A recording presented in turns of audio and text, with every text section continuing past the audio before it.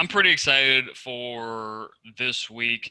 Audra and I come on here on a weekly basis, and we don't talk about theory, definitely. We talk about application, but I always think that it's good to get back to the people who are experiencing this on a day-to-day basis. And when you look at the COVID-19 situations that have been playing out for the past 2-3 months at this point in time, we read articles, we watch the news, we can get information from so many places, but I think it's good to always go back to the source, and that's small businesses, right? The people who are on the front lines with employees, with customers. And today I'm really happy that we have Birdie Brennan from Birdie Brennan Professional Organizers and Custom Closets, and I'll let her do a little introduction here in a second. But we're going to kind of walk through the past couple months from a strategic standpoint, what she was going through, the decisions she made, and then how we're going to try and really come out of this at this point in time. So, Birdie, I'm just going to turn it over to you. What type of introduction would you like to give us? The crazy part, my screen just went down.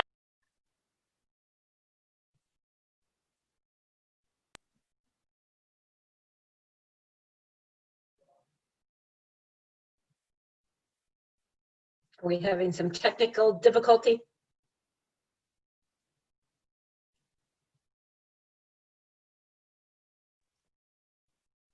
Oh, back. Could you hear me before? I don't know. Everything went dead. We've been good for 5 minutes or 10 minutes, and then everything went dead. You want me just to give a little background? Yeah, please. In 2001, I started an organizing business, and it was just me. So it was easy because and it took me a good 3 years to have a solid business, a full-time business. Being in the Midwest, you'd say, I'd tell people I was a professional organizer, and they'd kind of say, what? Or chuckle and say, oh, I need you, but walk away before I could, hand them a card. And I started doing closets for my clients when I saw the need. And just growing on that part, started offering closets to my clients, and my husband and I would build them. We really liked that part of the business. We liked designing, we liked installing, and so we set out to see about if we could do a standalone closet company. It's under the same umbrella, but we started marketing, started its own website, and just he and I. And it has steadily increased. It was very slow at the beginning, but now we are with 2 full-time installers. John does the sales. We have another part-time sales, and I do the design. And we love the closet part. I love all of it, but I love the closet part. Why is that? Why do you love this part so much? Well, one thing, it's every job is new. And with my organizing clients, I haven't seen new clients for a long time. So my team sees the new client. So for me, it's all very routine. I love my clients, and I'm blessed that they fill my plate. But it's the same thing every time I go. So the closets, I love the design part. I've just always loved decorating, designing, looking at space, figuring out the best use of space for me and now for clients. And I love the hands-on building. So I miss it a little bit, but that's what happens with growth. Okay, so let's actually, since you said that key word, right, growth, how would you define what is growth when you think about it from a business perspective? It's the bottom line for me. The growth is the dollars and cents. Is that just revenue? Is it sales? What are we looking at when when it says dollars and cents? It's got to be the net sales. Sales are great, but if you're not making money at those jobs, that you have to look at that too. So it's got to be the bottom line. Okay. Increasing. All Go right. ahead. So take us back to the just the organizing part of this. You said it took a couple of years to get you fully operational, fully functional, and that closets was the same thing. That you added that product and service in. Do those two things mirror each other very closely? What were some of the bumps that you had in growth of? And we'll just take the closet business. Some bumps along the way were making sure I had the right vendors. Being an independent, I can buy product anywhere, but you do want like a main vendor. And then if you go into a closet and it's angled ceiling or something different, then you can look to other avenues. But I have had 3 main vendors, and I think each time you kind of grow out of the other, and then you have to do the research and do the homework and see who's there. I feel like I'm in a place now where we'll grow together. I don't think I'll grow out of them. They're a great company, and they always keep it current with products and all, and they're really good with education. Okay, so let's look at growth from the employee standpoint. You said you have 2 full-time installers now that do the closets. What about back on the organizing side? How many employees, how many contractors do you work with on that side? I do subcontractors on that side, and that is one thing that we've really looked hard on. I had at one point maybe 35 subcontractors that would work for me in a year. Last year, we do a lot of relocation work, and that's where those numbers come in. But last year, we looked at how we were spending our time, the income from those avenues, and chose to give up a big chunk of the relocation work, which it's a hard decision when you see that money coming in, but there's only so much time in a day, and we really wanted to concentrate on the closet part. So we gave up the relocation. Now that I've talked all that, I forget the question.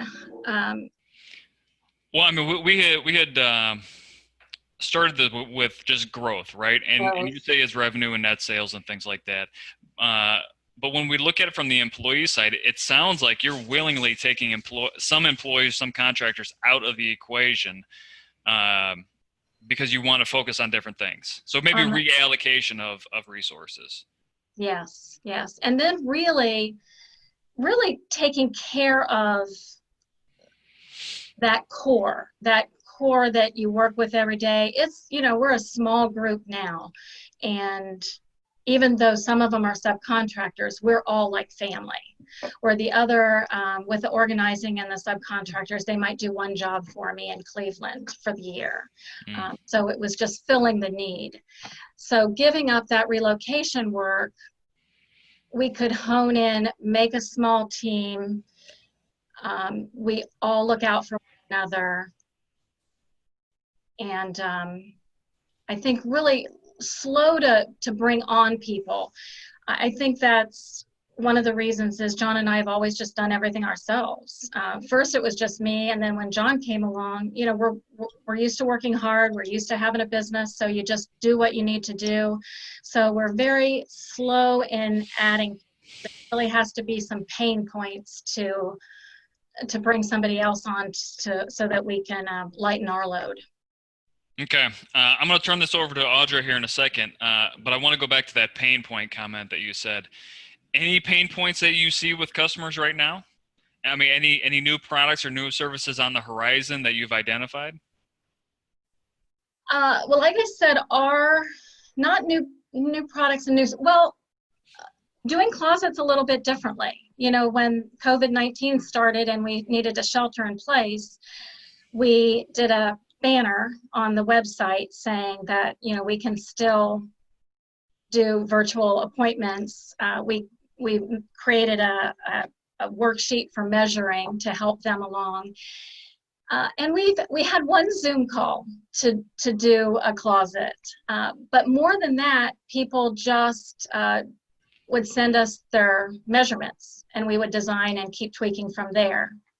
So, and our closet vendor, we always have new products through them, just them staying current, allowing us to stay current. Okay. Sounds good. Thank you.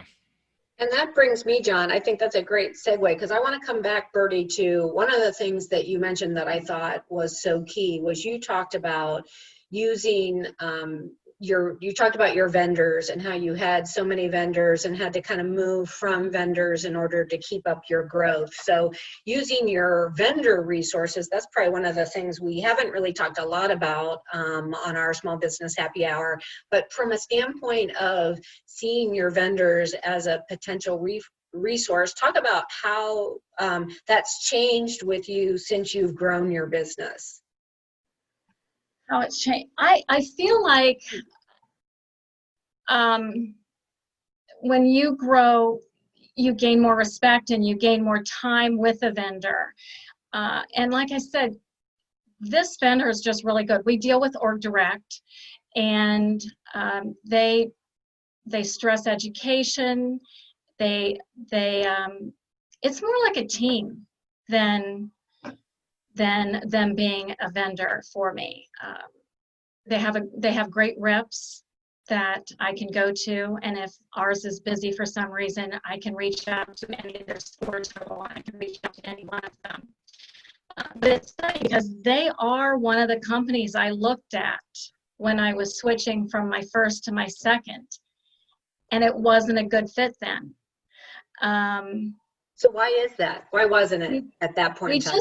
I feel like we just weren't to that point. I sat down, the rep at that point came through and we sat down and had lunch, and he helped me with several closets, and we priced out closets through them and the other company that I was looking at. And we had to take shipments at our warehouse, which was not hard, but we had to have like a pallet, a forklift to take pallets off, and then all the jobs came together, and then we had to unload them, and then we had to get them to the job, where the vendor I went to at the time, they shipped each job individually to the household. So logistics was an issue at that point. I just didn't feel like, it being John and I at that point, we were able to do that. We didn't have a van. You know, now we have a Sprinter van that's wrapped, that takes all the product to the jobs, but we just weren't there. Oh, and with this one, we cut on site. So measuring isn't as, we don't have to measure quite as accurate, but people are also getting the true custom closet. But at that point, we just didn't have the equipment. So the company I went with, we took measurements. You had to be precise. You subtracted an allowance, and then they sent you the stuff. And it was built for that closet with allowances. So now we go to a job site and we cut all the last sections. So it is truly custom. It is truly wall to wall. But we just weren't ready. Yeah. So what was that process like of switching vendors for you? Was it a painful process? Was it a pretty easy, or how? I mean, if you think about other businesses, about how they work with their vendors, when you need to move on from one to the other, and it sounds like you've really needed a vendor that meets your needs as you have grown as a business. How is that? What's been maybe some lessons learned from you in utilizing those resources and how you switch? I think the biggest thing is do your homework. And for a period of time, maybe 2 months, I priced closets and drew them using both vendors, and then just talked to both salespeople and just figured it out.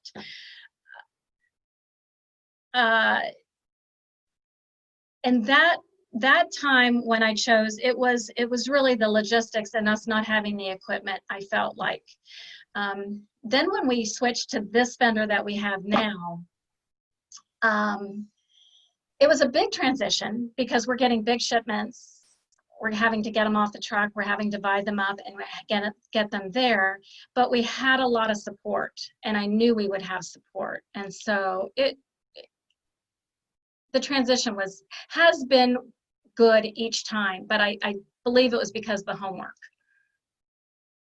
And so did you feel like that's been valuable as we've gone into the COVID-19 era where you've had to really adjust with your customers?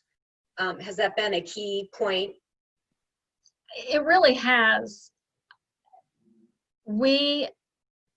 I think Goldman Sachs going through the 10,000 small business was great. That gave me a real background or foundation, I feel like.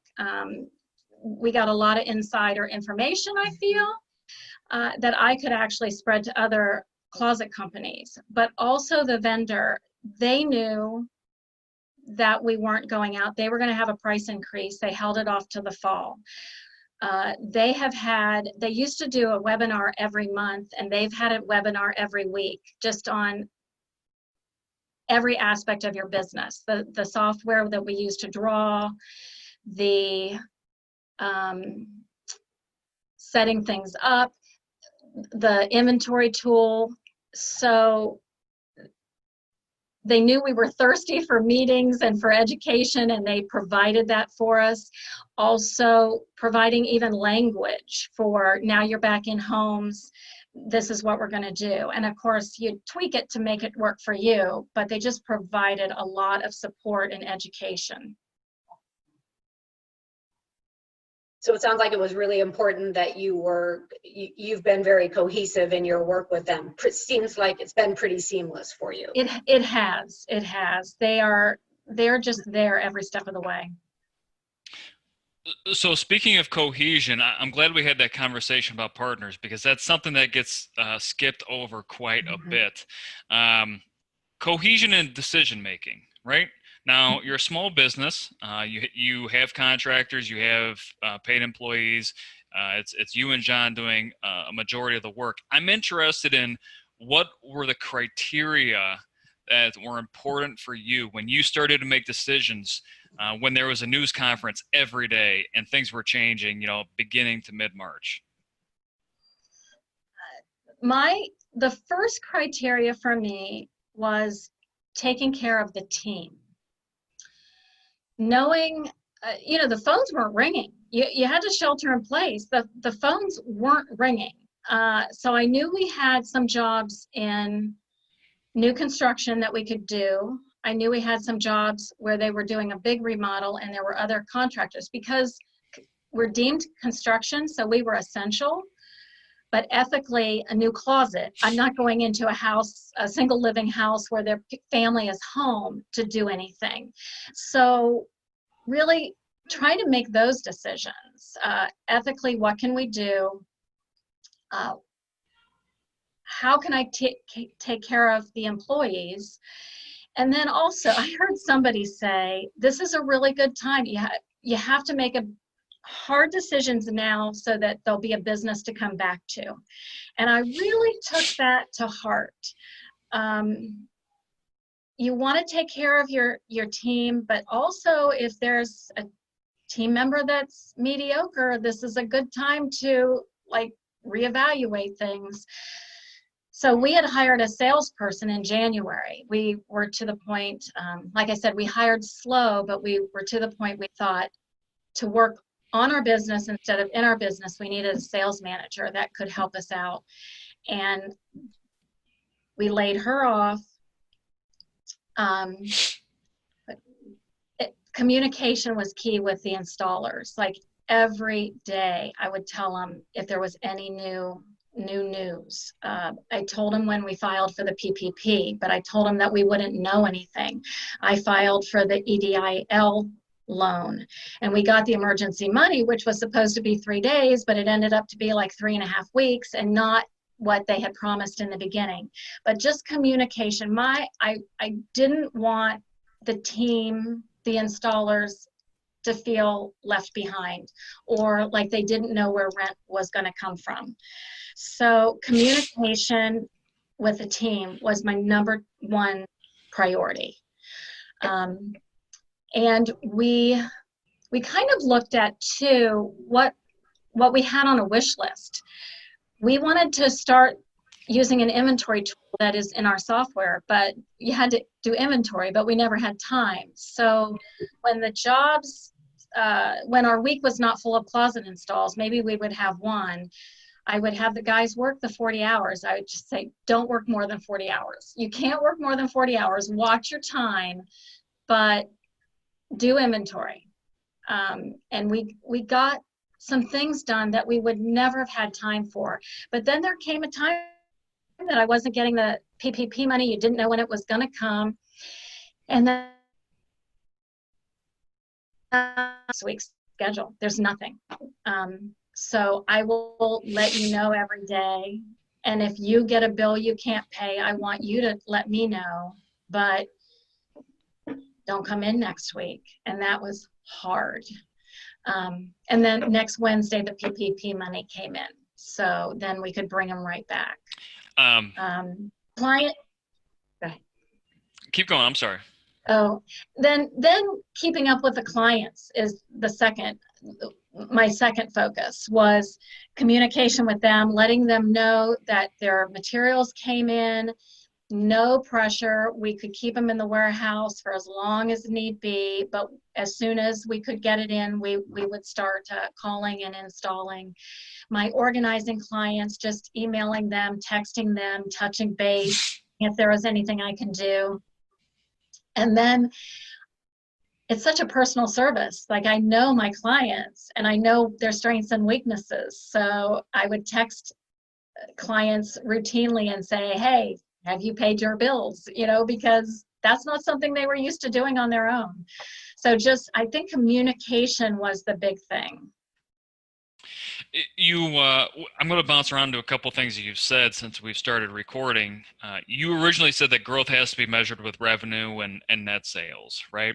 But when I asked you the question of your decision making, it wasn't net sales, it wasn't revenue based. And I think the important thing to pull out of that conversation is if you don't have a decision making set, if you don't have values for your small business, if you don't have a culture for your small business set prior to something bad happening, you're grabbing at straws and you're going to take whatever feels good in the moment. And you had said it, and I'm going to get this wrong, Birdie, you want to have a business to come back to, right? Right. Okay. And so if you don't have those strict criteria about how you make decisions, how you're going to be a long-term, stable, profitable business, yeah, we can go off path really easily when something goes wrong. We talked about decision making. Any comments, any feelings on the PPP and that program? Well, it was great. And like I said, I feel like I got a little bit of the scoop being a part of that Goldman Sachs 10,000 small business, because there was a conference call with Senator Rubio. That it was amazing. The problem was they were advertising it and telling you things, and they hadn't set the program.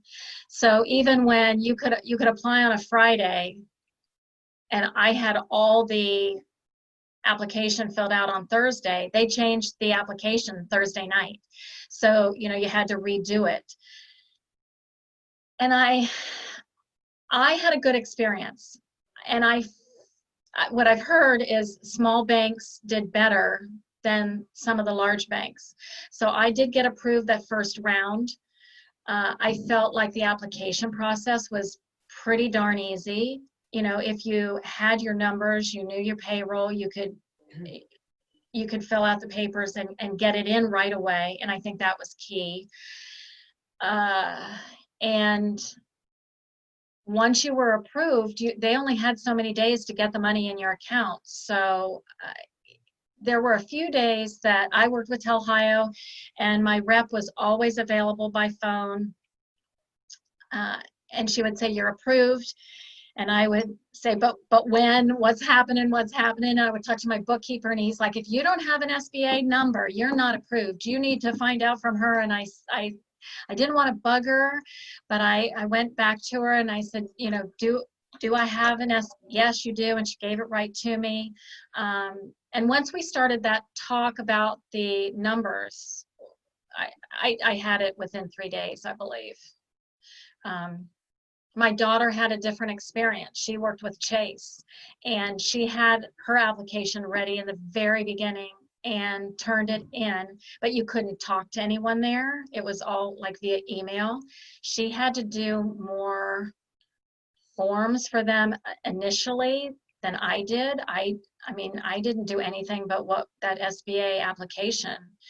And then she was denied the first round, and it was just because they delayed. They took too long getting all the applications in. Audra, I'm going to pass this off to you. I think you said a couple of great things there, Birdie, and that's the importance of small business, and it's the importance of client communication. Whether it's partners, whether it's your vendors, whether it's customers, communication is going to be key. Audra, what thoughts did you have? Yeah, I was going to say the same thing from a communication standpoint. And Birdie, one of the things that I keep hearing you talk about from a communication perspective and from a collaboration perspective is that is for you kind of up and down, you know, your business processes. So from a values perspective, what I hear you saying is that collaboration and communication are the way you do business, the way that's a value to you. So that's really clear. And then the people you pick to do business with in terms of service providers, vendors, employees. From a standpoint of your strategy around that, do you feel like that's something that you put a lot of thought into before you move into a partnership with someone? Or how have you learned the importance of that for you through your business? I think some of that's just intuitive. You just, communication is key. It's all about relationships. You know, most of my jobs come from referrals, or even if they look online, which is now the norm, they look at those reviews. So it's good customer service and forming those relationships. And how are you doing that a little bit, given that, I mean, you touched a little bit on it with your kind of staying in touch with your customers and everything, but what do you think you're doing differently now that you didn't do before? Is there one form of communication that you might be using more strategically than another? Well, like it or not, I think the younger people like to text. They don't like to talk on the phone. So I do text more than I used to. Okay. And it is convenient. One thing, John and I have wanted to add video to the website, to the posts, to social media, and that's something we hadn't done. So when the whole shelter at home took place, I did talk to the marketing company. I'm not the tech person at all. But I talked to the marketing company and I said, we need something on the website, a banner that lets them know that we're still here. We're still open, even though we can't come into your home right now, ethically. We're still here. And they did that. And the one thing I wanted to do, John and I made a video just in this closet ourselves, and he didn't feel so well, so I kind of propped him up, but I felt like it was important if we weren't going into someone's home that they saw us. they talked, we were talking to them. So Mhm. we did a little video, and I sent it to the marketing company as well, and they put that on with our COVID banner. It was kind of funny because I thought they would clean it up a little bit. They didn't really, but it was fine. It was fine. At least people saw us and we were talking to them. So new people that didn't know us maybe got to know us a little bit. So that sounds a lot more authentic to your business, though. Yes, yes. So more videos to come. That's great. So you haven't let up during this time from a marketing perspective. That was tough in those week and a half while we were waiting on the PPP, and the emergency funding, and it hadn't come. So again, constant communication with the marketing company. I have a rep there, and I talked to the owner, and I asked. We had just increased our media spend with them, and I said, let's cut it back to where it was. And they do our SEO, and I'm like, I've read all this stuff that you should not cut your marketing. I think Jonathan put an article out there from somebody that said, don't cut your marketing in this day and age. But it's hard to make that spend when you don't have money coming in. So they do our SEO, and I think they do maybe 24 hours every month, and I cut it down to 12. So I didn't want to stop anything with marketing, but I wanted to be smart. Like I said before, I wanted there to be a business to come back to when we could go. But we didn't even go the month. Probably at week 3, I called him and I said, let's up the media spend to back where it was. And I didn't take the SEO spend all the way back to 24 hours. I think I cut it to 12, and I think we went to 18. So as soon as I knew, I felt we were going to be fine, I put those marketing dollars back in there. That's great. Yeah, I want people to know we're here. And you got to spend the dollars. So, what's the most creative thing that you've done in the past 2 months? That video.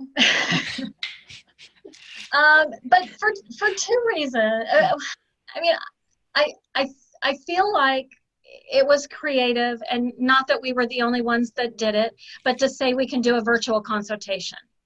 And we did. We got measurements via email, and we drew up designs. We did a Zoom call with one guy, and it was for a garage. And as his garage design's up there, he's got a marker, and he's like drawn here. Let's do this here, and I like this, but let's move it over here. And I'm like, oh my Lord, I'm glad he's got the marker and he's drawing on there, because I wouldn't know how. It's just not my strength. But being able to do that, and I think that will help in the future, because we did one job close to Lake Erie, and John went up and measured. We'll never do that again. We had somebody last week call from Bucyrus, which is maybe an hour and a half away, I think.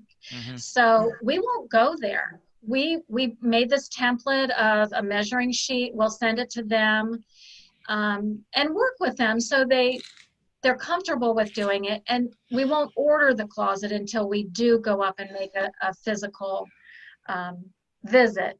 But I think that'll change the way we do business a little bit. But the video put us in people's homes, and it also let us know we can do it. We just gotta do it, put it on the calendar. And Birdie, how much fear did you have about that? Oh, John is just so much more natural on a camera than I am. So yeah, I don't like it, but so it took some courage. It did. But it was well worth it. I felt like we had to do it for that. And with doing it for that, we learned we could do it for other things. So for closets and organizing. So Video is the thing that you're going to be focusing on going forward, or at least adding into it. Adding in. Yes. Adding into it. Have you pulled any ideas from other industries that you thought, like, man, that was a really good idea. How can I work that in? I feel like some companies have just been so creative, and just it's amazing what people have done.